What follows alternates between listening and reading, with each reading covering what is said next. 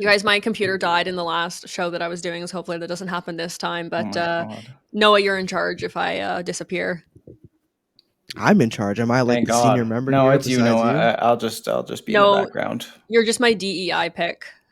Oh, Ouch. That would hurt, you know. But I don't know why the people like Kamala Harris are of so shameless off the about that. record. That wouldn't really hurt. I can't do that ever again. I'm glad I'm not a lib. Jesus Christ. What really That hurt? was awful.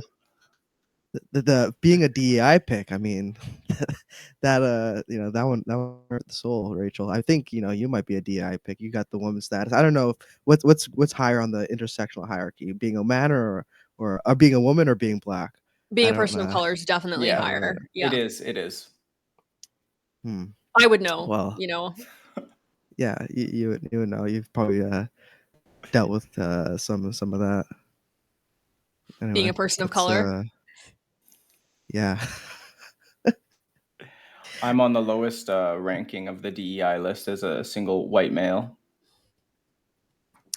Oh Yeah. well, we gotta boost those numbers up. Let's get you into a wig and get you some breasts, and you'll be good to go.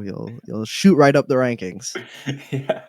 You probably can get it paid for by the government too, Isaac. So seems like a good idea. Yeah, I'm not gonna go down that road. Okay, guys, let's get it started.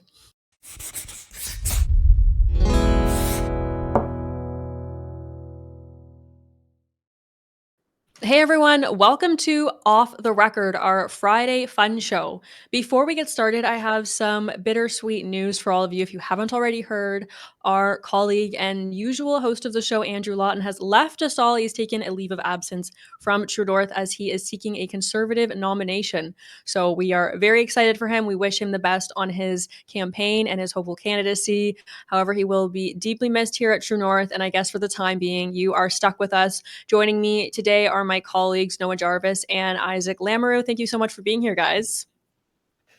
Great to be here, and hopefully I'm not a drag on the show now that Andrew's gone. Yeah, not a drag on the show that Andrew's gone. You're just a drag on the show because you're a DEI hire. Good to be here as well. Maybe I'll be a more common entity of Off the Record now that Andrew's gone. Who knows? So it's been sort of an exciting week over at True North. I know that we sometimes struggle to find funny stories to talk about on this show, but I think today we had no shortage of them. Starting off, I feel like our colleague Harrison just sort of lit X on fire this week. I don't know if he was the first person to post this image, but he was definitely one of the first. Basically, I'm sure you guys have heard the drama of some immigrants pooping in places that you shouldn't poop, like parking lots and beaches has been one of the other commonly one. I also saw today a video of a man pooping on someone's lawn in Niagara Falls, Ontario. So that's been sort of just a trending story. So of course, naturally, when Harrison posted a photo of a man pooping outside of a gas station in a Tim Hortons, he had like a Tim Hortons cup in his hand. I don't really know what was going on. I'm not sure if the man was like hoping to like poop into the cup, or if like based on the photo, it appears that's what's happening. So Harrison posted this photo online. He wrote, "Brampton man just couldn't walk the 15 yards to the bathroom. Mass immigration is totally working." This tweet blew up. And I think part of the reason it blew up is just because it's such a hot topic right now, considering we just recently had the story of, Indian immigrants are pooping on beaches. And then the city came out and said that wasn't true. And all the people who live in the city were like, no, this is true. I think that was at Wasaga Beach in Ontario. So then a former Liberal MP commented, he quote tweeted on Harrison's post, and he said, "I own this property and this did not happen. It's photoshopped, do better." And then his rebuttal of Harrison's post also got like a ton of traction online. And then a whole bunch of people chimed in saying this is totally fake. Harrison, you're a racist. And a lot of other people had posted this image as well. And I think some people were even being threatened with a lawsuit. So everyone who was kind of like watching on the sidelines, like waiting to see what was happening. But the thing that everyone kept pointing to is you can see this man's reflection in the car. And it would be extremely difficult to Photoshop that. I mean, I know Photoshop has gotten pretty good, but I would say the average social media user is not very good at it. And so it seemed very unlikely that the image was photoshopped. But then Harrison had the receipts, and he actually had it's sort of a little video. It was actually just basically the live version of the photo. So if you have an iPhone, I don't know if it's the same for Android users, you can actually take like a live photo and it takes like a little video, and then you can choose where in the photo you want to stop. So Harrison was able to post that live photo, which was essentially a small video, which proved that the photo is in fact real and that it was not photoshopped. So the thing that I think is most interesting is the people who are still claiming that the photo is photoshopped. They're not backing down, they're not retracting their tweets or issuing apologies. They're just doubling down. And it seems like it's just sort of a war of you're going to believe what you want to believe at this point. It doesn't matter what the truth is. What did you make of this whole situation unfolding on X this week, Noah? Well, I thought that you're exactly right that it is kind of inexcusable that especially have a liberal MP who won't retract a statement that is proven to be false, and this is because Harrison is sort of on the wrong side. He's a conservative. He talks about mass immigration, and he talks about things that is really a big thorn in the side of the Liberal Party, and so just spreading misinformation on the internet, and you could even call it disinformation if you think that Raj Grewal purposefully spread this falsehood. Spreading these sorts of falsehoods, it's fine, if it's against a conservative or it helps to disprove a conservative's argument. But users on X did provide the receipts, and it's a great thing that we have a greater understanding of what the truth is and what is not, because under the this liberal MP's just sort of pronunciations, just sort of anything he says, it's not going to be really accurate. I think it's really concerning that that this liberal just sort of dismissed Harrison's pretty fair concerns without trying to investigate why someone might be mad about this, because the liberal government, they've created this immigration problem in which we have people coming into the country that don't share Canadian values, don't share the same sort of values of sanitation and hygiene. I think that's a really basic Canadian value. Go to the washroom if you're going to take a crap. But I think that It's complicated stuff. it's really complicated. I really took a while to learn that, but I think that uh, if you just dismiss these concerns out of hand, you're going to create resentment among the Canadian populace, and you're going to create a more anti-immigrant sort of environment in Canada. So Raj Grewal, he's actually what he's done is actually pretty counterproductive for his cause. So I think that if you are a pro-immigration liberal, just dismissing immigration critics' concerns about people crapping in public is not going to bring people onto your side. It's actually going to create people who are more anti-immigrant. You're going to have neutral observers who see this interaction on Twitter and say, hey, maybe the pro-immigrant people are just crazy misinformation spreaders, and not, and the type of people who just seek to deny the truth for their own political purposes. Yeah, no, I think you raise a really good point when you talk about the fact that just dismissing concerns about mass immigration and some of the problem that it brings, like different understanding of what sanitation is and different understanding of what is appropriate in a given country versus the country where you might have originated from, just dismissing those concerns outright is going to cause resentment among the Canadian people. I think we're already at that point. I think that Canadian people, by and large, are feeling resentful. And this is like a very typical playbook that we see from the left. Oh, you can't talk about that. You're racist. Just dismissing concerns outright, and instead throwing a label, sort of like a band-aid fix on someone so they won't talk about these things.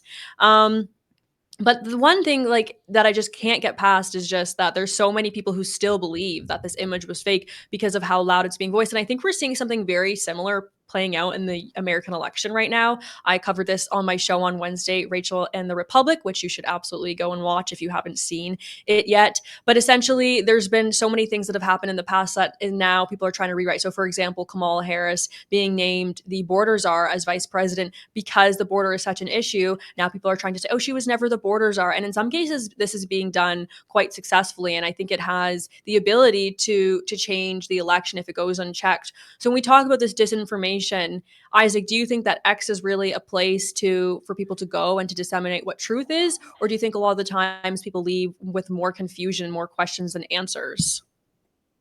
Yeah, that's a good question. And obviously, Elon Musk, who owns X, has been very vocal in purchasing X, that he was doing it to protect freedom of speech. Many people have touted him as the savior, if you will, of freedom of speech because of all the we've seen all the other social medias like Facebook and other Meta-owned social medias, and we know that they have stopped certain information from getting out there intentionally. The Hunter Biden laptop story, of course, is one that most people like to cite and remember. But yeah, I mean, X is also where I remember seeing a study years ago that at the time Twitter was the most where the social media where the most politics were discussed. So obviously, freedom of speech in that sense is very important, especially when we're talking about election integrity and the like. So obviously, people are discussing primarily politics on X. Yeah, and just going back to the photo quickly, I mean, the fact that people are still trying to say that's photoshopped when there is a live photo, literally a video version that your iPhone automatically takes. I mean, it's a ridiculous defense to hang on to. And I also wanted to say that I read True North's article on that story, and we tried to reach out to the gas station who the employee said he didn't know what was going on, and then they wouldn't provide the CCTV, which I found odd, because obviously if you wanted to prove what happened, you could just provide the unedited raw video from the CCTV. So I don't know why there's any secrecy remaining around that. But yeah, I know. I mean, oh, sorry, you could just go. Yeah, I was just absolutely like, again, I think we really saw the people who posted this image initially, they came with the receipts. And I think it was fairly obvious to everyone that it would have been difficult to Photoshop that given. But, just another day, some more drama on X. Another kind of funny thing that happened was a video that Steven Guilbeault posted, very unpopular environment minister of Canada right now. And he's trying to sort of catch on the bandwagon of some trends that we're seeing in the States. Why don't you take the lead on this one? I'm just too frustrated with it at this point. Go ahead and explain what happened here.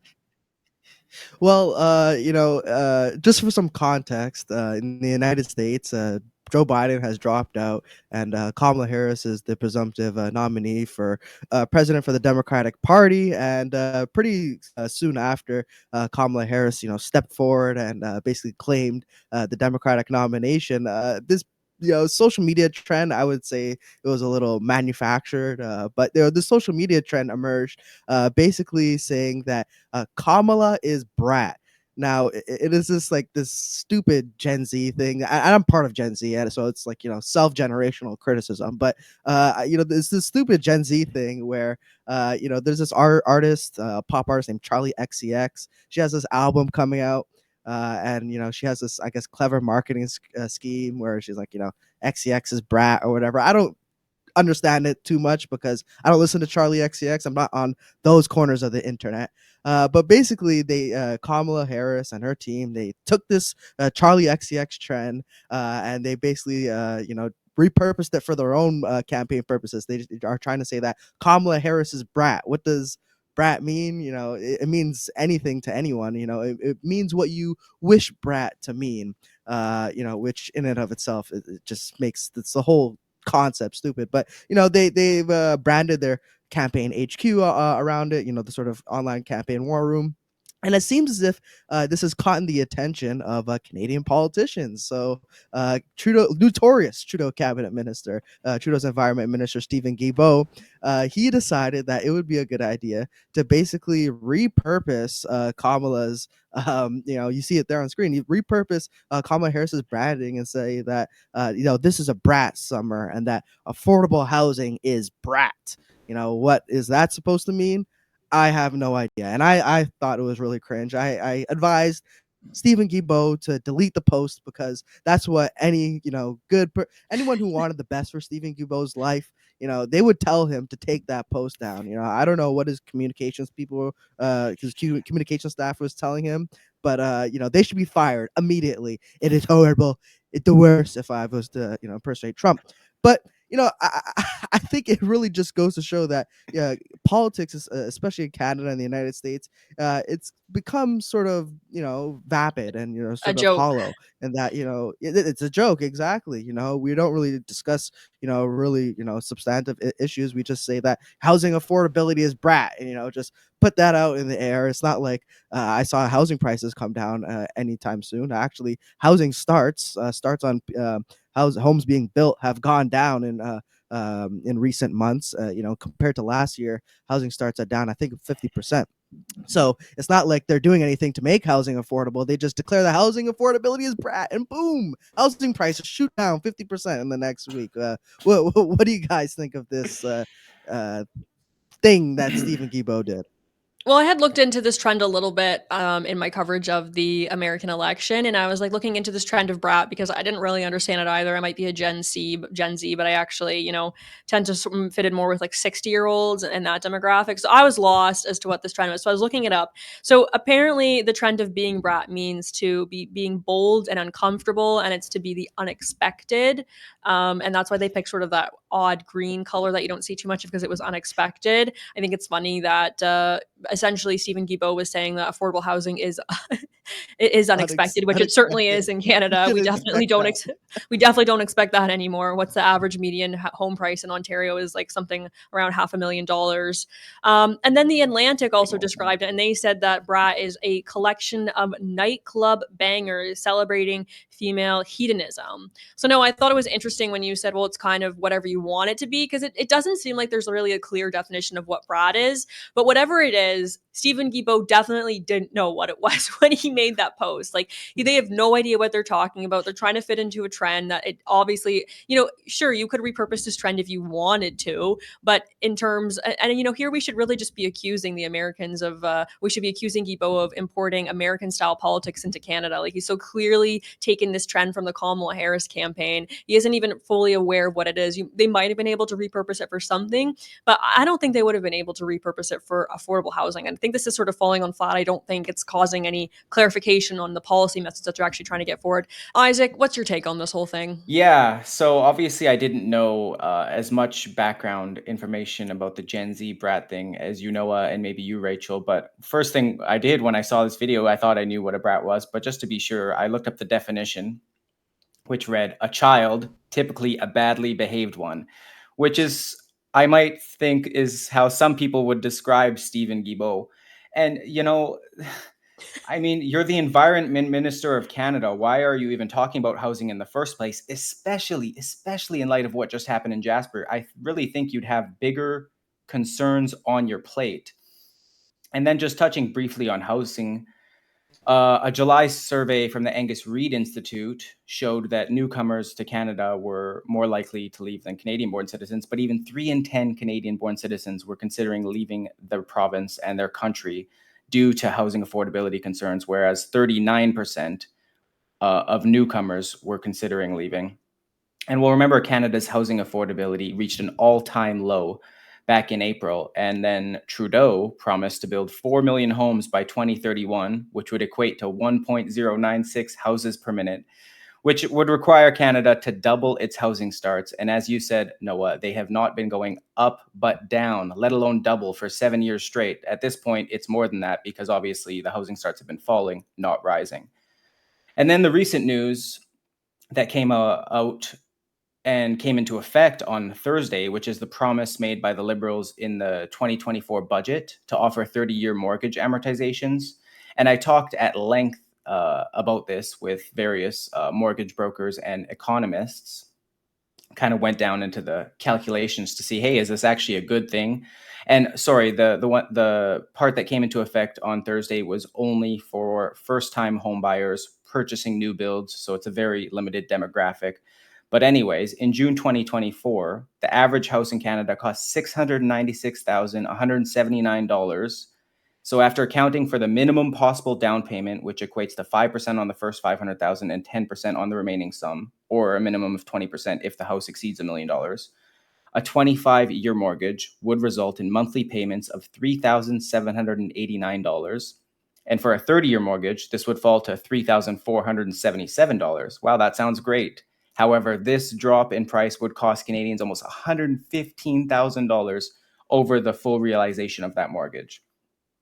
So for a 25-year mortgage on that $696,000 home, Canadians would pay a total of $1,136,853.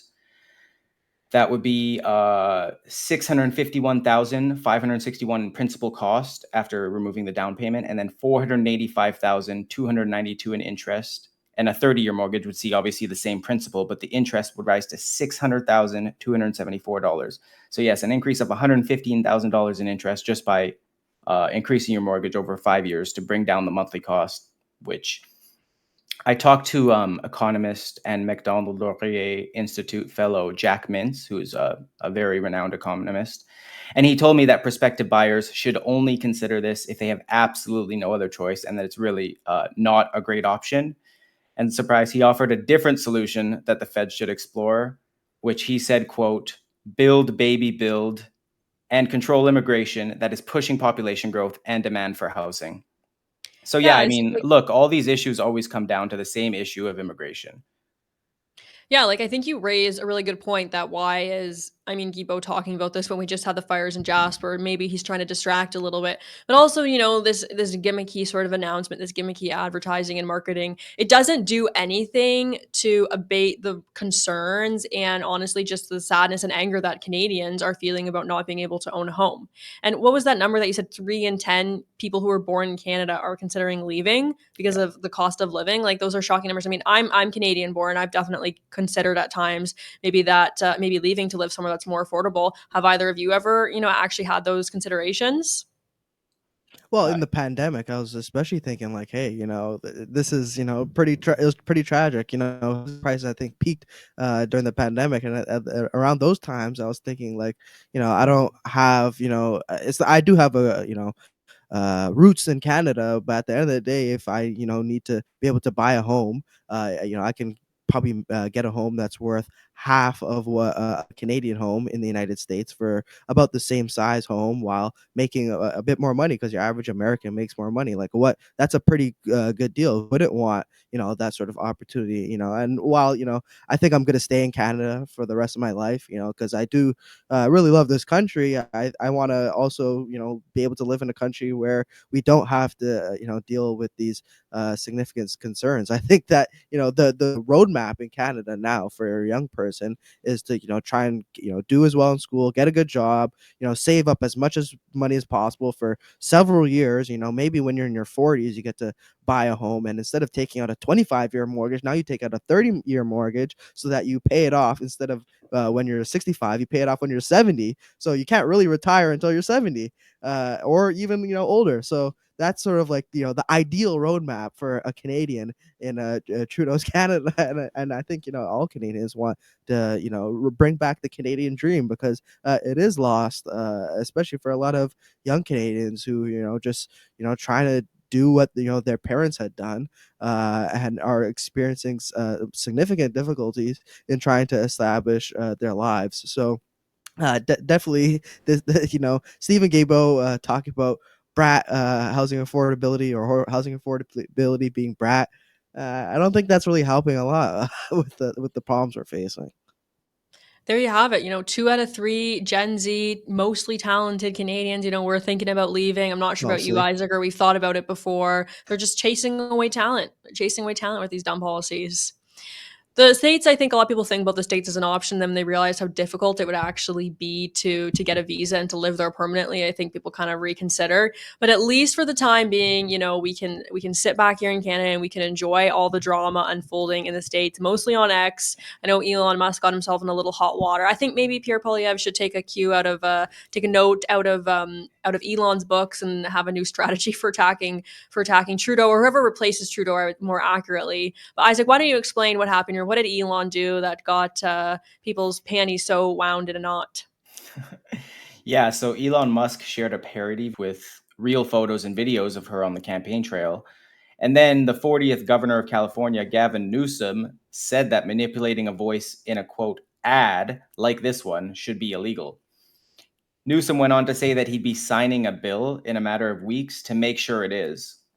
However, something interesting I found in the comments and then looked into was that the US Supreme Court unanimously agreed 8-0 in Hustler v. Falwell that a parody, which no reasonable person expected to be true, was protected free speech. And in fact, it was more than that. It was protected by the First and the 14th Amendments in the US Constitution. So sharing parody videos like this is a constitutional right.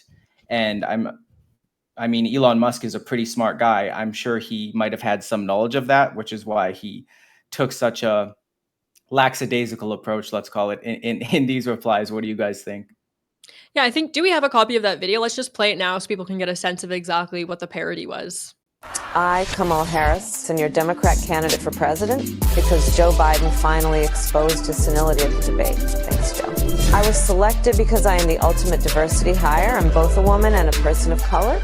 So if you criticize anything I say, you're both sexist and racist. I may not know the first thing about running the country, but remember, that's a good thing if you're a deep state puppet. I had 4 years under the tutelage of the ultimate deep state puppet, a wonderful mentor, Joe Biden. Joe taught me rule number 1, carefully hide your total incompetence. So basically, she's just saying what every sane person in the American public is thinking right now. I know Isaac talked a little bit about how the right for parody was protected, but I think we've seen a lot of people's charter protected rights here in Canada and constitutional protected rights in the States have been trampled on in the past number of years. Do you think that there's actually going to be a problem? Do you think the individual who made this video and those who've been sharing it, do you think they might actually find themselves in any legal troubles, Noah? Well, I would hope not. I mean, if someone really does get arrested over this, or gets sued or whatever, I think that there's going to be a massive backlash, and it's going to have that sort of the Streisand effect. If you guys are not familiar with the Streisand effect, it basically refers to the phenomena where someone or a company tries to get rid of something, sort of scrub something from public existence, and it has the opposite effect. It has the effect of amplifying the thing that they are trying to censor. So in this case, if someone, the Harris campaign or some Democrat PAC, they want to try and sue the gentleman who made this video and try and get the video taken down, I think it's just going to result in a mass proliferation of the video around the internet, and it really should be, because censorship should be viewed with scorn. I mean, there isn't really many legitimate reasons why you should be censoring a government, or massive corporations should be censoring anything, because it is something that free speech is a value that we're supposed to take very seriously, especially in the Anglosphere, in the United States, in Canada. It is a value that should be protected, and parody is part of free speech. You should be able to make mockery of Kamala Harris for serving under a president that is more than likely senile and whose cognitive abilities are declining. You should be able to mock Kamala Harris for being a sort of DEI hire, for getting picked by Joe Biden because she's a black woman, and for, and she's the Democratic nominee unopposed, because the optics would look bad about deposing a black woman. You should be able to mock someone about that, like that. Now, when you bring AI and you have this sort of impersonation of Kamala Harris's voice, I think there are certain cases in which you can have a video that is meant to deceive. It is blatantly manipulative and makes Kamala Harris, or even Donald Trump or Joe Biden or whatever politician you want to name, it makes them look bad in a way that is meant to deceive the audience. However, I think this video is clearly a parody video. I mean, Kamala Harris is obviously not going to refer to the president that she's serving as I forget the word, but basically as being senile. I think Senile. that's the word. Yeah. She's not going to refer to Joe Biden as senile.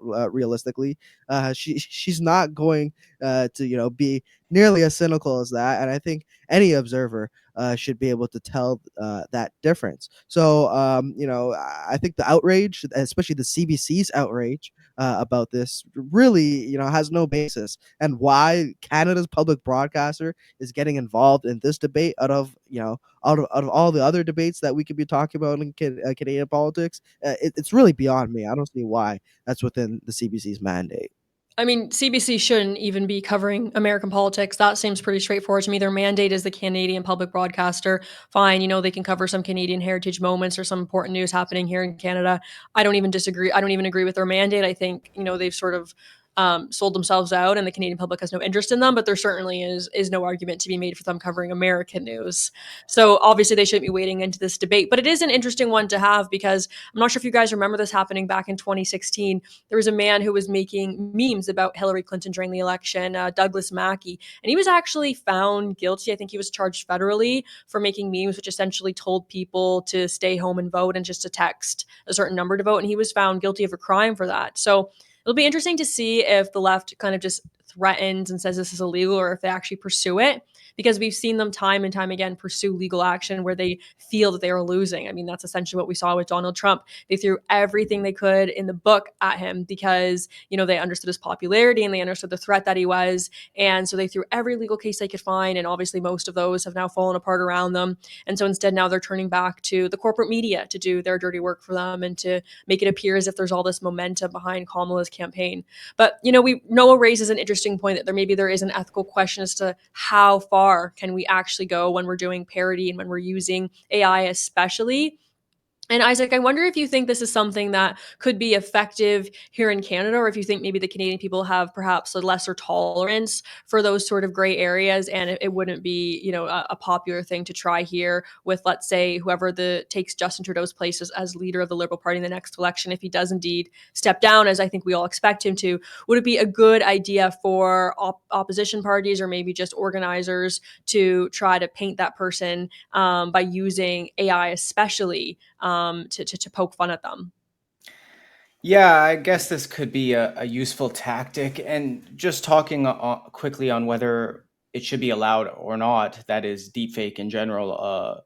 I mean, it's such a crucial line to walk, because as Noah kind of covered, like any, let's say, deepfaked video that was intentionally trying to lie and deceive people or show them something that just simply wasn't true and it wasn't clearly a parody, as was this video, obviously that's going to be harmful, especially during elections, especially if people come online and maybe they're not so tech savvy, let's say, and they just see a video of a political leader doing something crazy that might have been a deep fake. That's obviously something that needs to be addressed. But when thinking about any regulations or similarly that could come into place surrounding this, you just have to think about how it could be used negatively, obviously, which is to essentially censor freedom of speech. So I really don't know what the answer is in regard to legality. I do think that when something is clearly a parody, it's fine. And maybe on the flip side, if it's clearly intentionally trying to deceive someone and suggest that something that didn't happen in reality is true via deepfake, then that is something that should be completely taken down from the internet. But again, walking the line between control and freedom of speech is such a tough line to walk in modern society. Yeah, I think you've sort of hit the nail on the head here. I think things that are obviously parody and are being created to be humorous should be allowed and, potentially even encouraged. Bring a lighter side to politics, help people to laugh at some of the darkness that we're seeing. And when things are a deep fake or being created to pass itself off as truth and reality when it is not, I think those types of things should definitely be discouraged. Fortunately, that's all the time we have today for our Friday fun show. Let us know what you think of this episode in the comments below and give us some suggestions as who you would like to see host the show in weeks to come. As I mentioned, our colleague Andrew will be gone for at least a couple weeks, if not a couple months, and we will certainly miss him, but wish him the best of luck. So let us know who you would like to see host Off the Record in the weeks to come. And don't forget that everything you heard today was off the record.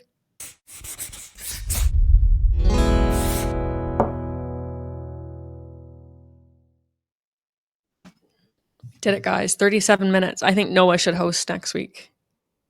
It would be funny if, I host and then Andrew comes back and you're like, yeah, Noah, great hosting job, but I gotta say that all those insults that you threw my way while you're hosting, all those jabs, it's gonna result in the extinguishing of your tenure with True North, Noah.